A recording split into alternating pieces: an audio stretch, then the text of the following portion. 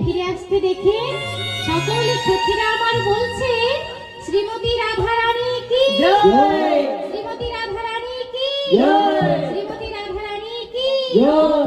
আজ শ্রীমতী রাধা রানী বলছে, এই তোরা আমার জয়ধ্বনি দিচ্ছিস কেন?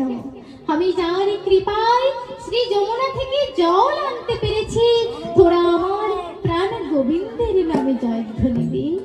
আজ সখীরা শ্রীমতী রাধা রানীর কথা শুনে বলছে, রাধে আমরা তো গোবিন্দের নামে জয়ধ্বনি দেব, কিন্তু আগে তোর নাম যুক্ত করি।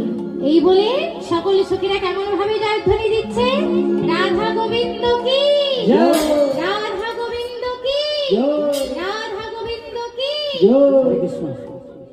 কর্তৃপক্ষের পক্ষ থেকে সমস্ত কৃষ্ণ ভক্ত মন্ডলীর কাছে বিনীত নিবেদন, আপনারা এখনো যারা প্রসাদ পাননি অনুগ্রহ করে প্রসাদ পেয়ে আসুন।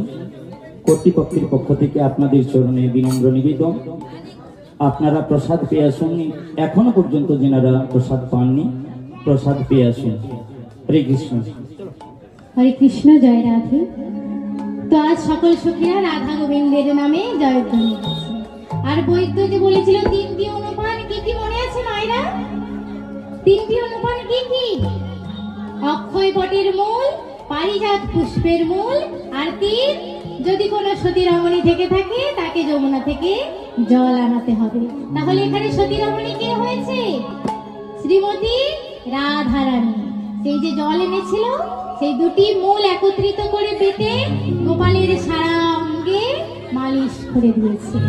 আর ওই যমুনা থেকে যে জল এনেছে ওই জল নিয়ে যেই গোবিন্দের বদনে পানে ছিটিয়ে দিল, কি দেখা গেল না, পারি বিন্দু পরশে শ্যাম উঠিয়া বৈঠল, পারি বিন্দু পরশে শ্যাম উঠিয়া বৈঠল, পারি বিন্দু পরশে শ্যাম উঠিয়া বৈঠল, পারি বিন্দু পরশে শ্যাম উঠিয়া বৈঠল।